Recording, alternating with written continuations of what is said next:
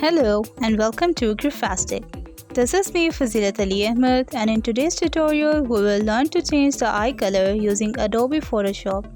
So let's get started. Open the image, create new layer, select the brush tool. From here choose hard brush. From here you can change the brush size, that makes circle of lens size. Choose a color and brush it over both eyes.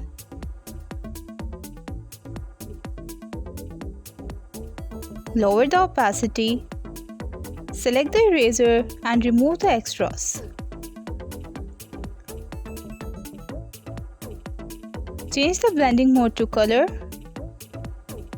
set the opacity, and mission accomplished!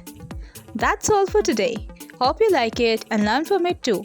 If you find this video helpful, hit the like button and don't forget to subscribe. If you have any queries, feel free to contact either on Instagram, Facebook, or you can also comment here. I will catch you in the next video. Happy learning!